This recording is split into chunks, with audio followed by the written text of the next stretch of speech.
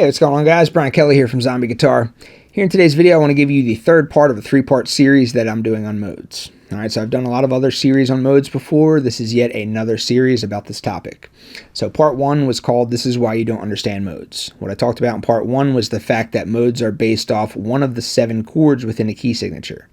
So if you take any key signature, let's say we take the key signature of C major, for example, and you place all of your emphasis on the second chord within the key signature of C major, you use the notes of the C major scale to solo over the second chord, which in the key signature of C major is the D minor chord.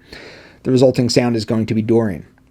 If you do the same thing, you place all your emphasis on the third chord within the key signature of C major, the result is going to be Phrygian. This works for any key signature. I'm just using the key signature of C major, for example, but you just take a key signature, you look at the 7 chords that are found in that key signature, and you say, I want to make the 5th chord to be the tonal center. Boom, Mixolydian. I want to make the 3rd chord to be the tonal center. Boom, Phrygian. That's all it is, all right? Modes are based on which one of the 7 chords within the key signature that you dictate to be the tonal center. That was what part 1 was about. So part 2 was called The Other Reason That You Don't Understand Modes. And the other reason that people don't understand modes is because that there is a relative perspective and a parallel perspective on modes. Typically, people either explain modes from the relative perspective or from the parallel perspective, but not always both.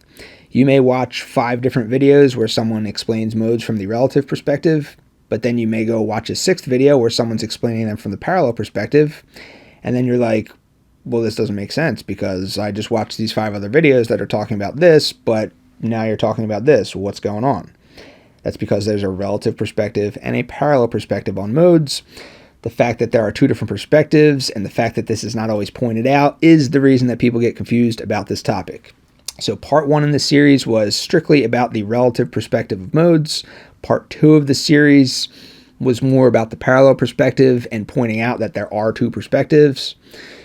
This video here is about the practical application of this stuff. So I highly recommend watching parts 1 and part 2 before watching this video. Let's get into it. Alright, so in this video I'm going to give you 4 example chord progressions. For each of these chord progressions, we're going to take a modal approach to soloing over them and then a non-modal approach. So when I say a non-modal approach, I'm simply just talking about the thought approach that's involved. So when you have a chord progression and you look at those chords and you think to yourself, what do I do to solo over those chords? You can think in terms of modes, or you can think in terms of not modes. All right. I say this all the time. I've said it millions of times. I'm going to continue to say it until the day I die. The thing that's way, way more important than modes are the fundamentals. So fundamentals, fundamentals, fundamentals, fundamentals, fundamentals. So fundamentals, when I say fundamentals, I mean understanding keys, understanding what a key signature is, understanding how chords fit together within a key. Once you understand that, that's huge, all right? When it comes to soloing, understanding how to navigate your way up and down the entire neck of the guitar playing in just one single key. If all the chords of a chord progression are part of a key and you want to solo over that chord progression, then know how to navigate the entire neck of the guitar soloing in key. You don't need modes to do that. That's not what modes are about. The next part of fundamentals is just understanding chord tone targeting. So once you get really good at soloing in key up and down the entire neck of the guitar, you kind of want to start paying attention to the chords that you're soloing over. The best sounding notes, wherever you happen to be on the entire neck of the guitar, no matter what scale you're using, the best sounding notes to play on a per chord basis are going to be the chord tones. So as I'm noodling up and down this fretboard, a C major chord pops up in the rhythm section. I'm going to want to emphasize the notes C, E, and G because those are the chord tones of that particular chord in the rhythm section. Again, has nothing to do with modes. So understand keys, understand key signatures, understand how to solo up and down the entire neck of the guitar in key, understand chord tone targeting. That'll take you 99% of the way of what you're trying to achieve. Everyone wants to know about modes though, so I'm going to give it to you here in this lesson.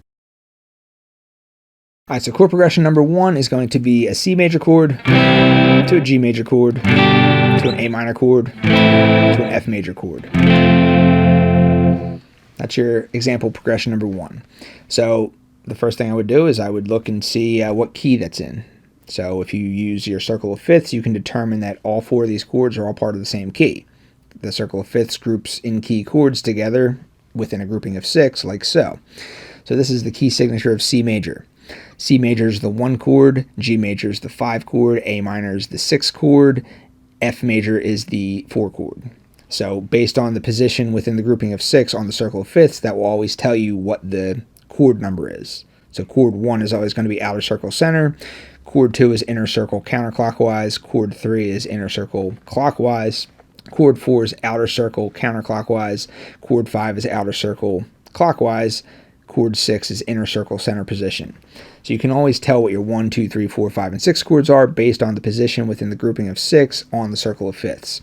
So this is a 1, 5, 6, 4 chord progression in the key signature of C major. So the modal thought approach, if I want to use modes to solo over this chord progression, I could think to myself, all right, well, C major is the 1 chord. The 1 chord is associated with Ionian, so I could play C Ionian over the 1 chord. All right. Then the G major chord is the 5 chord. 5 chord always associates with Mixolydian, so I could play G Mixolydian over the G major chord. The A minor chord is the 6 chord. 6 chord associates with Aeolian, so I could play A Aeolian over that chord. The F major chord is the 4 chord within this key signature, so I could play F Lydian over that chord because Lydian associates with 4. All right, so if I want to jump around a lot all over the fretboard, I can do that. So I could play C major chord, and I could jump all the way up to here, and I could play this pattern. So patterns are not modes, but if I want to, I could play this pattern. C major. G major chord. I could jump down here and play this pattern. Once you get to the A minor chord, I could jump up to here and I could play this pattern. Once I get to the F major chord, I could play this pattern. Back to the C major chord. So that's a lot of jumping around. If you want to do that, you can do that. When I played those different patterns, I only played the exact same 7 notes each time. I only used the notes of the C major scale. I used the notes C, D, E, F, G, A, and B. By playing those patterns, I started on different starting notes. It really makes no difference. What if I want to do all that same stuff right in this pattern right here? Let's see if I can do that. So over the C major chord, G major chord, A minor chord, F major chord, back to C. So if I want to jump around and use these different patterns, okay, that's cool. If I want to confine all my playing to just one pattern, okay, that's cool, whatever. If I want to think to myself, all right, over the C major chord, I'm playing the C Ionian scale. Over the G major chord, I'm playing the G Mixolydian scale. A minor, I'm playing the A Aeolian scale. F major, I'm playing the F Lydian scale. I could think that, and that's fine. Those 4 scales share the exact same 7 notes, so I could just think the C major scale over all 4 chords too, all right? That doesn't make one bit of difference. I could think 4 different scales, 1 scale per chord, or I could think I'm just in one single key, so I'm just going to play one single scale over all of those chords.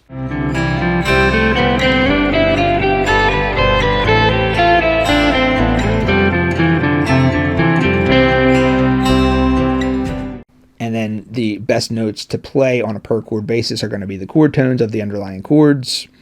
If I want to think modally to get there, or if I want to think non-modally to get there, just one scale over the entire chord progression, the resulting outcome is going to be 100% identical.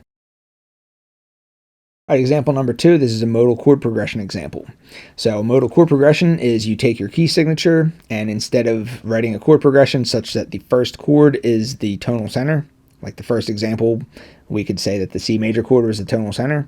There were still 4 chords involved, but it felt like, you know, the home chord. It felt like if I was to play an entire song based around that chord progression, it felt like if I ended on the C major chord, that would feel like home. Therefore, that was the tonal center. So if you take the same stuff from the key signature, so we're going to work in the key signature of C major still. If you take the same stuff, the same available chords, the same available notes, the same stuff from C major, but you place your emphasis on a different chord, you make a different chord the tonal center other than the first chord, that's how you get a modal chord progression.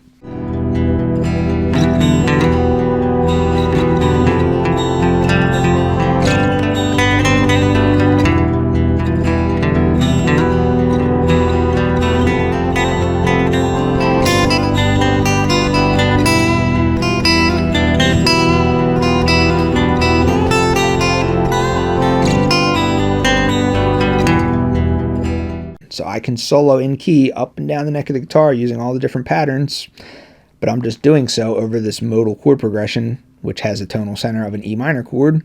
Therefore, the sound that is produced is the E Phrygian sound instead of the C Ionian sound. It's all about the chord progression, all right? So, yeah, so that's it. So that's the modal chord progression, just another perspective of the same key signature. Let's look at the third example. All right, so these next two examples are where modes are more likely to come into play. All right, so you can still take the non-modal thought approach versus the modal thought approach, but now we're going to start introducing some out-of-key chords. So when you introduce out-of-key chords, that's when you would switch up your scales. So if all of the chords are part of the same key, as in the first two examples, you really only need to just be thinking about one single scale. But if all the chords are part of the same key, and then you throw another chord in there that's not part of that key, over that one single chord, you may want to switch up to a new scale. Once you get back to the chords that are all part of the same key, then you're back to your main key scale.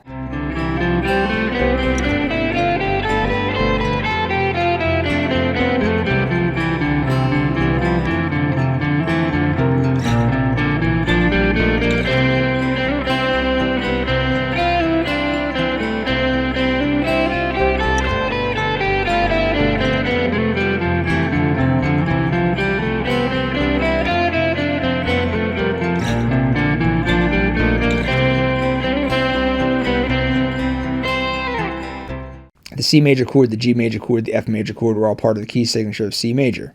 So if it was just those three chords, you could think to yourself, C major scale over all the chords, target the chord tones of each chord. If you really want to emphasize the chords within your lead playing, have your lead connected with the underlying rhythm.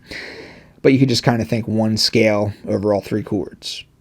Of course, you could also take the modal thought approach if you want and say C Ionian over the C major chord, G Mixolydian over the G major chord, F Lydian over the F major chord. The result is going to be the same. So the question that you want to ask yourself is, where is this B flat major chord coming from? What key signature is this B flat major chord coming from? So for any major chord or any minor chord, you could potentially say that it's coming from one of three possible key signatures. Every major chord is found in three key signatures. Every minor chord is found in three key signatures. So for this B flat major chord, you could say that this is the 4 chord in the key signature of F major. You could say that this is the 1 chord in the key signature of B flat major. You could say that this is the 5 chord in the key signature of E flat major. A general rule of thumb is that when you are looking to apply a modal scale over a chord that's outside of the key that you started out in, you generally want to say that it's coming from the closest available key signature as possible. So the closest key signature of these three options, the closest key signature to C major would be F major. So on the circle of fifths, the farther away that you get from the starting key, the more sharps or the more flats the new key signature includes. So the closer that the new key signature is to the starting key signature, that's typically going to be the best option. So of these three options, I would say to myself, all right, where is this B flat major chord coming from?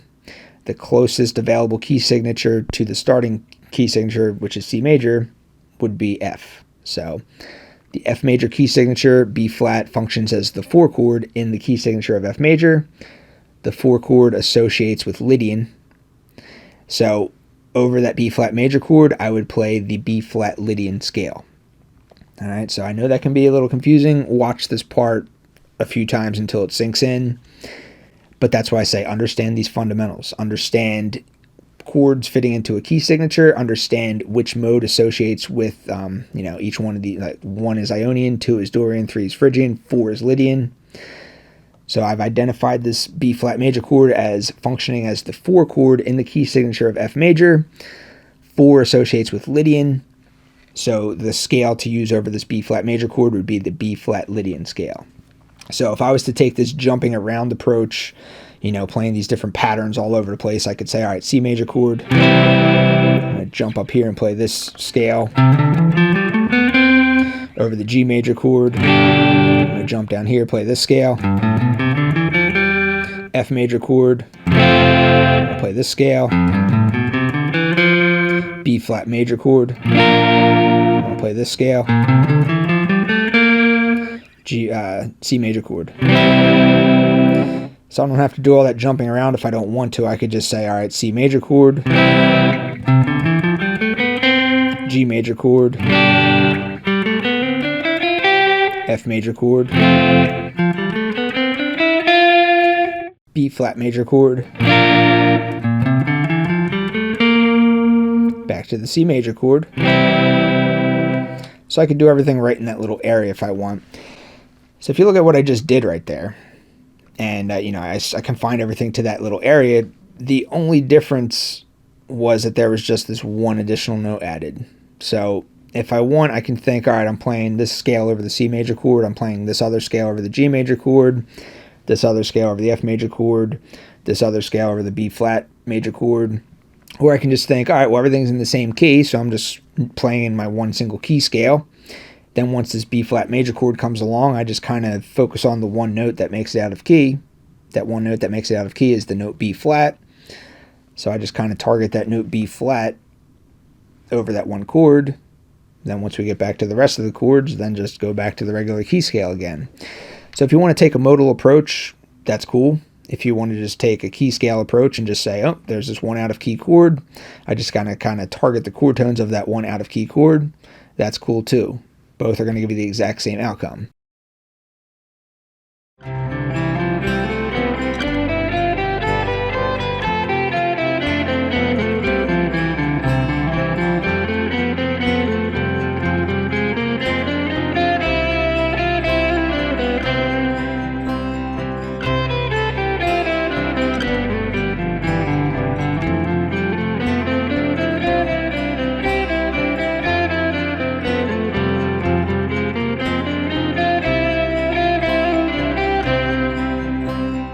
All right, so we have the F minor chord here. So everything else is 100% in the key of C major, but that F minor chord was the out of key chord. So over that one single chord, you say, all right, that chord's out of key. I need to switch up my scale over that one single chord. What scale do I play? So that's where an example of thinking in terms of modes would be beneficial. So what key signature does that F minor chord come from? As we said, every single major chord and every single minor chord can be found in 3 different key signatures, but more often than not, general rule of thumb, you want to choose the key signature that is the closest possible one to the one that you're starting in. So we're starting out in C major. We want to find the closest possible key signature that F minor can be found in.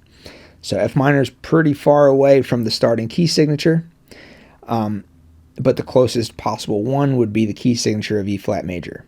All right. So the key F minor can be found in the key signature of A flat major. It could also be found in the key signature of D flat major. The closest possible one is E flat major. So in the key signature of E flat major, the F minor chord functions as the 2 chord. The 2 chord associates with Dorian. So you say to yourself, what do I do over that F minor chord? Well, that F minor chord is functioning as the 2 chord from this other key signature. 2 associates with Dorian, so I would play F Dorian over the F minor chord, and then I would switch back to my original key scale. All right, so you can still get a lot done without having an understanding of modes in this 4th example. Just simply saying, all right, well, this F minor chord is out of the key, but everything else is in the key of C major. This F minor chord is out of the key by one single note. There's a 1 note difference between F minor and the F major chord, which is part of the key. So if I just target that one single note over that one single chord, it's going to sound good. My lead playing is going to sound connected to the underlying rhythm section. So taking a non-modal approach to this 4th example, that would get the job done. But you can still get a little bit more out of this if you want. You could still say to yourself, all right, over this F minor chord, it's coming from this key signature, which is far away from the starting key signature, so I could use a couple extra notes as well. So in this fourth example, taking the modal approach, having an understanding of modes would be beneficial. All right, so hopefully after looking at those 4 examples, you can look at a chord progression and make a determination of what the best approach would be to solo over it. So the main point I was trying to get across here was to show you that fundamentals will take you a very, very, very long way. Understanding how to recognize when something's in key versus not in key, that's huge. That's the fundamental stuff. Understanding how to target chord tones of the underlying chords, that's huge. That's the fundamental stuff. It's all about the fundamentals, but hey, these are some practical examples of when you may apply modes or not apply modes. It's really up to you. So I hope you guys enjoyed this video. Thanks for watching. See you next time.